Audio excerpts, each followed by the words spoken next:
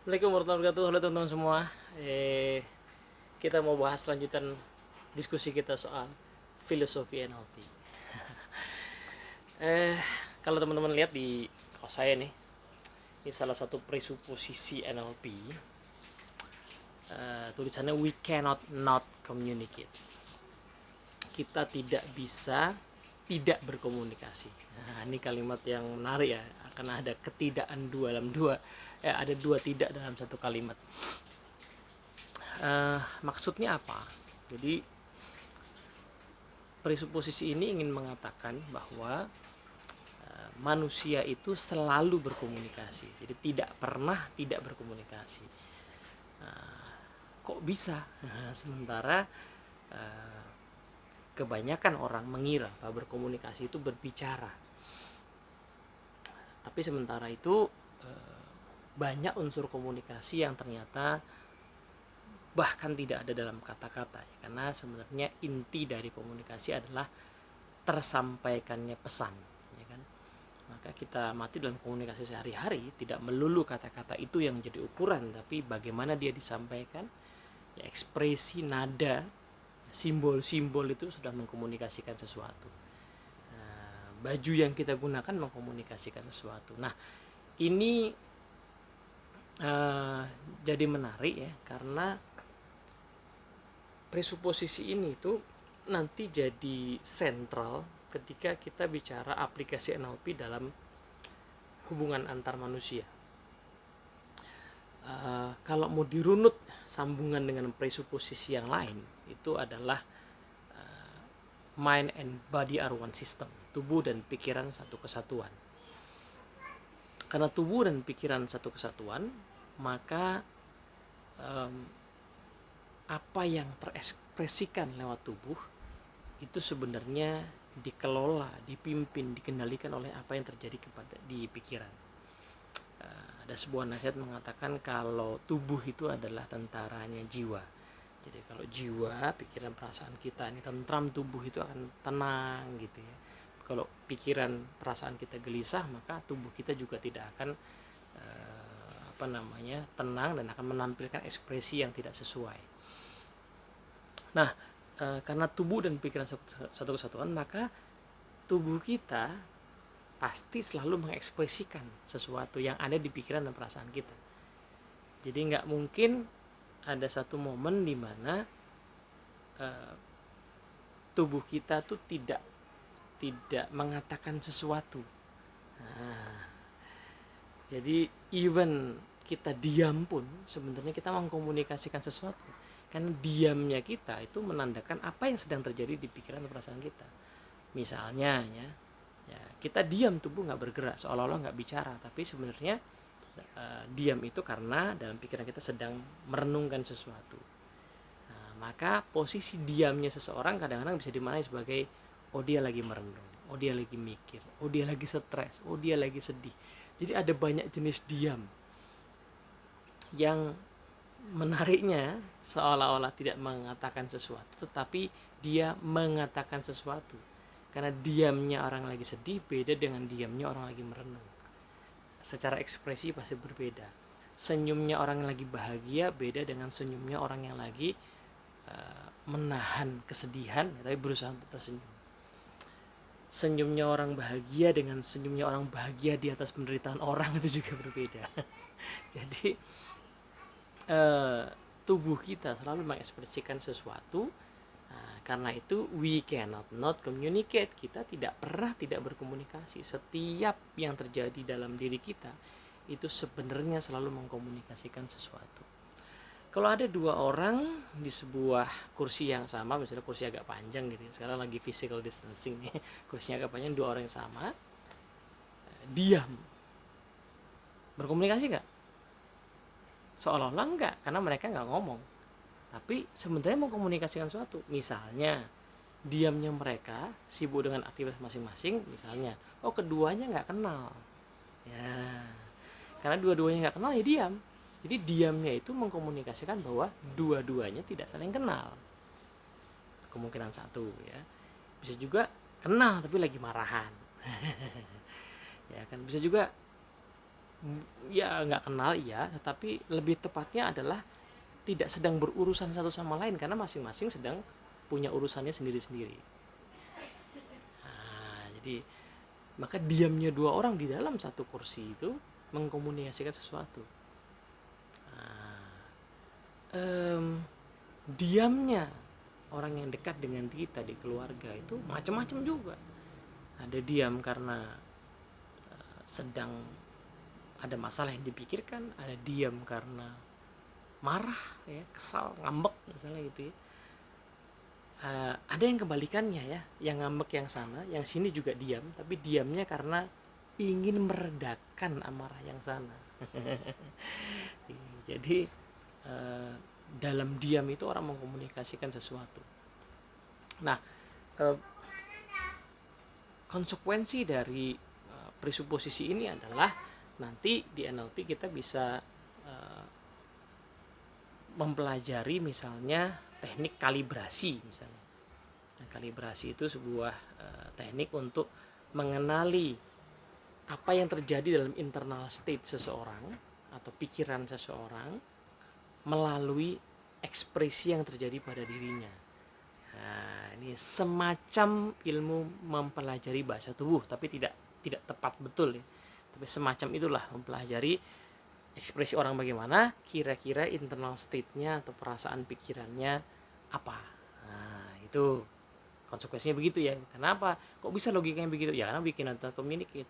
Apa yang diekspresikan pasti gambaran dari apa yang terjadi di dalam pikiran atau perasaannya.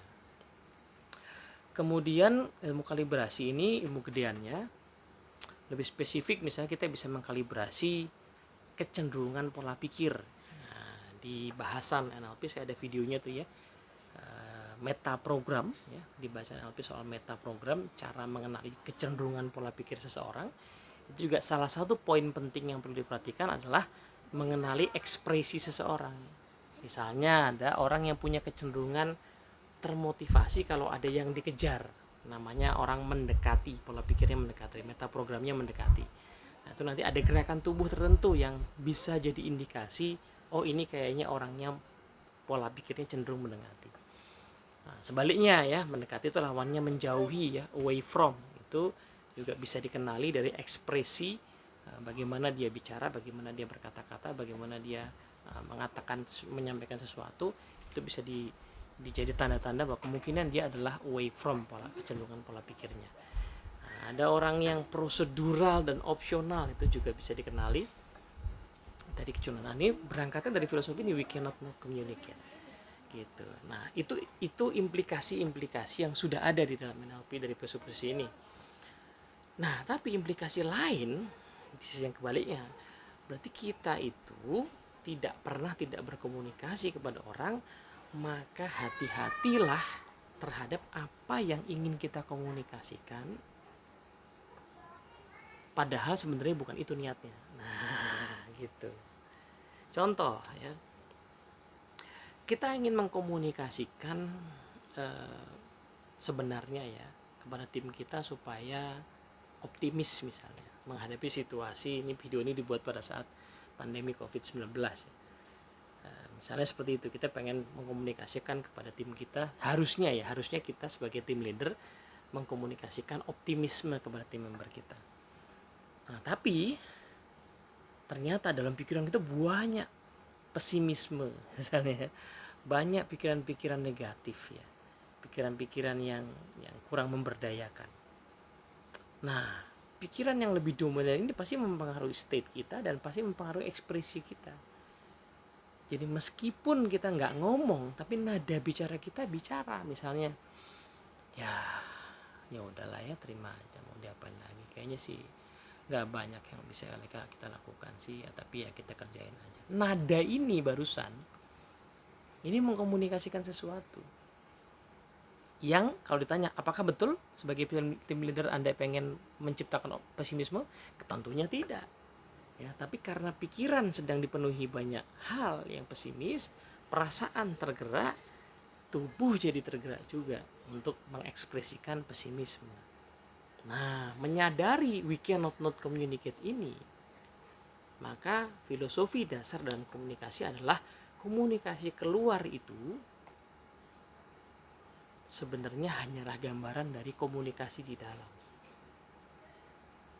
Nah, maka dalam dunia public speaking ada istilah ya, clear speaking is clear thinking gitu.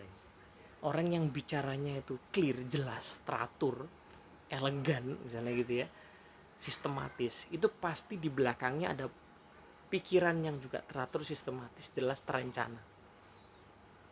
Jadi nggak mungkin orang itu belibet ngomongnya kalau dalam pikirannya clear. Artinya kalau kita mau mengclearkan komunikasi kita keluar, clearkan dulu yang di dalam. Jadi menariknya adalah urusan sama orang lain selalu diawali dari urusan sama diri sendiri. Nah, ini sekaligus momen ini saya pengen membahas kenapa di Indonesia NLP Society kita selalu mengawali program-program pembelajaran NLP itu dari self-management, self-leadership. Dari itu. Which is menariknya kadang-kadang itu nggak terlalu menarik compare tuh bahasan-bahasan NLP yang lebih sifatnya relationship. Misalnya persuasi, ya kan, coaching gitu kan. Itu lebih menarik sebenarnya bagi banyak orang ya, karena NLP memang punya image bisa mengendalikan pikiran orang. Nah, gitu. Ada begitunya ya, ada image begitu. Nah, kenapa kok kita nggak langsung ke sana? Bahkan kita wanti-wanti kalau baru belajar NLP dan pengen belajar sama-sama di Indonesia NLP Society, belajarnya mulai dari self management, self leadership ya. Kelas yang umumnya kita punya kelas ELC, Essential Life Course. Atau kalau sekarang lagi ada belajar online NLP ya, programnya itu baru sampai pada tadi pengelolaan diri. Karena urusan sama orang lain tuh nanti batu batanya, fondasinya adalah urusan sama diri sendiri. Kita nggak bisa hipnosis orang, persuasi orang, terapi orang, coaching orang sebelum kita clear dengan diri kita sendiri. Gitu. Nah, jadi we cannot not communicate ini tadi, ditelusurinya baliknya ke diri kita. Karena apa yang ada di hati kita, apa yang ada di pikiran, itu pasti akan terkomunikasikan. Nah, makanya kita sering mendengar ada ungkapan yang dari hati akan sampai ke hati, misalnya gitu ya. Ada orang yang bicaranya dari hati, itu meskipun secara ekspresi mungkin dia masih punya keterbatasan, misalnya nggak terlalu pandai bicara, misalnya gitu, tapi kok menyentuh sekali cerita dia, misalnya gitu. Nah, maka suka ada istilah yang dari hati akan sampai ke hati. Karena ekspresi dari perasaannya itu ya memang terekspresikan dengan baik lewat tubuhnya. Sebaliknya ada orang-orang yang kelihatannya kemasannya bagus, menarik, tapi belum tentu semua orang tertarik ya, atau at least tertariknya sementara gitu, karena barangkali ya secara internal state dia juga nggak betul-betul meyakini apa yang dia ucapkan. Nah, gitu. Jadi